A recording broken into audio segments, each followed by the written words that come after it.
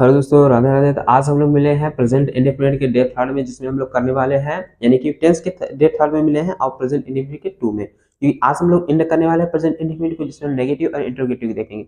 अगर आप लोगों ने इसकी प्रीवियस की वीडियोस को नहीं देखा है तो डिस्क्रिप्शन लिंक है, वहां पे जाके देख सकते हैं। अगर वीडियो पसंद आए तो अपने दोस्तों के साथ भी शेयर कीजिए। चलिए हम लोग इसको शुरू करते हैं। तो पहले हम लोग जान लेते हैं कि नेगेटिव नेगेटिव में निगेटिव निगेटिव सेंटेंस का क्या रूल होता है। इसमें क्या कहता है कि हमारा क्या होगा, सब्जेक्ट होगा डू नॉट प्लस, ठीक है ना, do does plus not plus V1, ठीक है ना। क्या होगा, V1 प्लस में ऑब्जेक्ट ई हमारा होगा, ठीक। Subject do does not V1 plus object, इस तरीके से हमारा होता है। अब हमारे सामने समस्या आती है भैया, हर एक सेंटेंस स्टार्ट होता है तो हर एक नया रूल आ जाता है, ठीक है। तो उसको ध्यान समझिए। कहता है डू डज, अब डू किसके साथ लगेंगे भैया और डज किसके साथ आएंगे, ये दोनों जाएंगे किसके साथ समझ में नहीं आता है। तो डज भैया जाएंगे सिंगुलर के साथ, किसके साथ जाएंगे, सिंगुलर के साथ। अगर सिंगुलर प्लूरल के सब्जेक्ट के बारे में नहीं मालूम है तो फर्स्ट वीडियो को आप लोग देखिए, मैंने वहां पे अच्छे तरीके से बताया है कि क्या कौन सा सब्जेक्ट सिंगुलर है कौन सा प्लूरल है, ठीक है ना। अब प्लूरल भैया जाएंगे डू के साथ, इसके साथ जाएंगे प्लूरल भैया जाएंगे डू के साथ। तो ये हमारे सिंगुलर सब्जेक्ट और प्लूरल सब्जेक्ट हो गए, ठीक। इनके साथ ये लगेंगे। अब ये हमारा नेगेटिव का सिंटेक्स हो गया। क्या हो गया, नेगेटिव का सेंटेंस। अब हम लोग थोड़ा सा एक एग्जाम्पल ले लेते हैं। जैसे कहता है कि राम किताब नहीं लिखता है, राम किताब नहीं लिखता है, ठीक है। तो पहले मैंने बताया था कि पहले क्या करें, टेंस को पहचानना है। किसी भी व्यक्ति को पहचानना है तो पहले उसके पास्ट के बारे में जानना है। थोड़ा सा पास्ट के बारे में चले जाइएगा, फिर अच्छी तरीके से रिकॉग्नाइज हो जाएगा कि व्यक्ति कैसा है। तो इसे इनके बारे में जानना है, इन महोदय के बारे में। पहले हम पास्ट यानी कि पीछे जाएंगे, इनकी जिंदगी के पीछे वाले पन्ने को पलट के देखेंगे। देखा तो क्या है, ता है ती है आया। ये हमारा क्या बता दिया कि प्रेजेंट इंडिफिनिट में है। ये कैसे थे, पहले प्रेजेंट इंडेफिनिट में है, ठीक ना। अब ताहे आ गया, प्रेजेंट इंडेफिनिट में पता चल गया। अब हम इसको बनाएंगे, ये पता करेंगे सिंगुलर में है कि प्लूरल में है। तो हमने बताया था कि किसी का भी नाम आता है तो वह क्या आता है, सिंगुलर में आता है। किसमें, सिंगुलर में। तो राम आया है तो राम लिख लीजिए, राम हो गया, सब्जेक्ट लिख लिए। अब बारी आती है डू लगाए डज लगाए। तो मैंने बताया था सिंगुलर के साथ डज, प्लूरल के साथ डू। तो ई है सिंगुलर है, यहां लगा लेंगे does, does not, does not, ठीक है। डज नॉट हो गया। अब ये क्या नहीं करते हैं भाई साहब, ये लिखते ही नहीं है। क्या नहीं लिखते, नहीं लिखते हैं। तो राइट इसी के साथ जो जुड़ा रहेगा वर्ब होगा, ठीक। राइट, अब क्या नहीं लिखते हैं भैया साहब, तो किताब में लिखते हैं, ठीक। तो Ram does not right a book, Ram does not right a book. ये हमारा क्या हो गया, ट्रांसलेट हो गया नेगेटिव का, ठीक है। नहीं समझ में आया, एक और देखते हैं।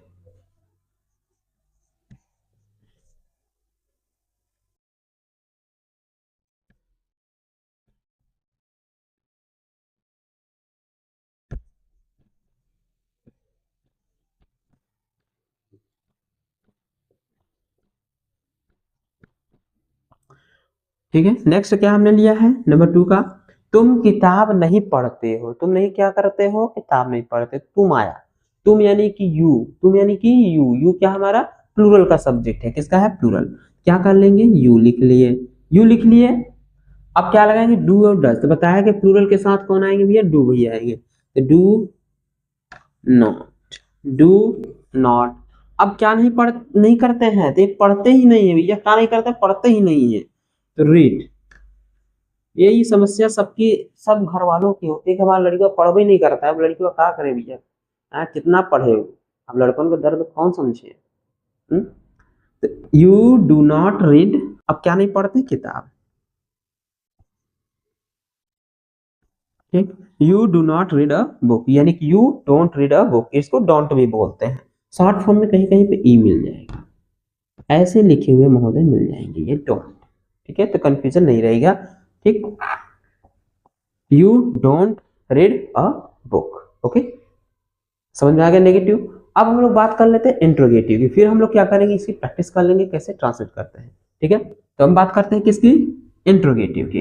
ओके, अब आएंगे हम इंट्रोगेटिव में।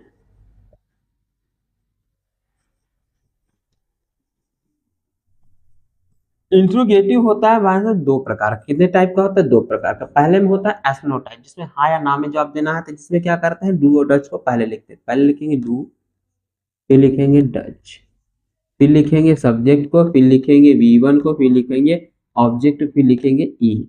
अब ई कब महोदय अप्लाई होंगे, तो ये होंगे जब शब्द के पहले क्या आ जाए, जब वाक्य में क्या शब्द पहले आए, पहले आए, क्या है, क्या शब्द पहले आए। जैसे क्या वह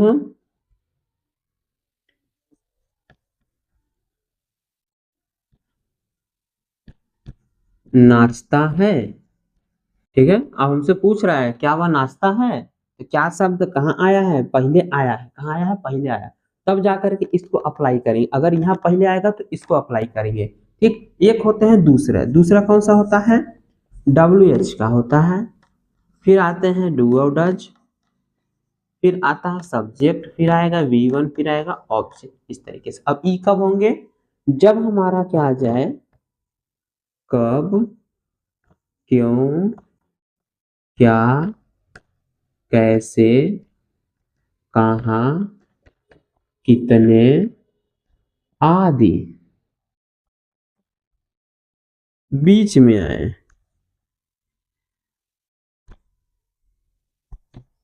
ठीक है, कहाँ आए, बीच में आए, तब जाकर के हम इन सभी का क्या करते हैं, यानी कि इस WH वाले सिंटेक्स का यूज करते हैं। ठीक है, जैसे कहेंगे वह क्यों रोता है। ठीक है, वह क्यों रोता है, क्यों रोता है, हमें पता ही नहीं क्या है, रो रहा है भैया, किसने मारा है, कहे रो रहा है, क्या हुआ है।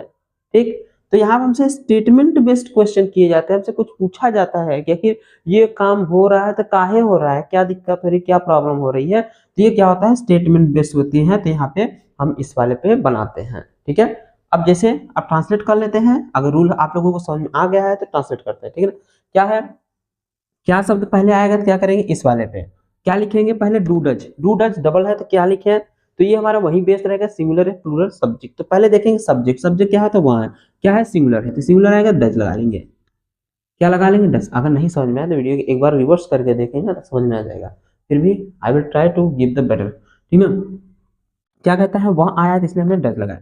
अब डू डज लिख लिए, अब सब्जेक्ट लिखेंगे, सब्जेक्ट वहां है तो क्या कर लेंगे ही। ठीक है, डज ही। अब नाचना का क्या होता है, डांस। इसमें एक चीज आप लोगों को समझ में आ रही होगी कि अरे ये क्या हुआ, डायरेक्टली लिख दिया गया है, ये इसमें ऐसा ही होता है, ठीक ना, कैसा होता है, ऐसा ही होता है।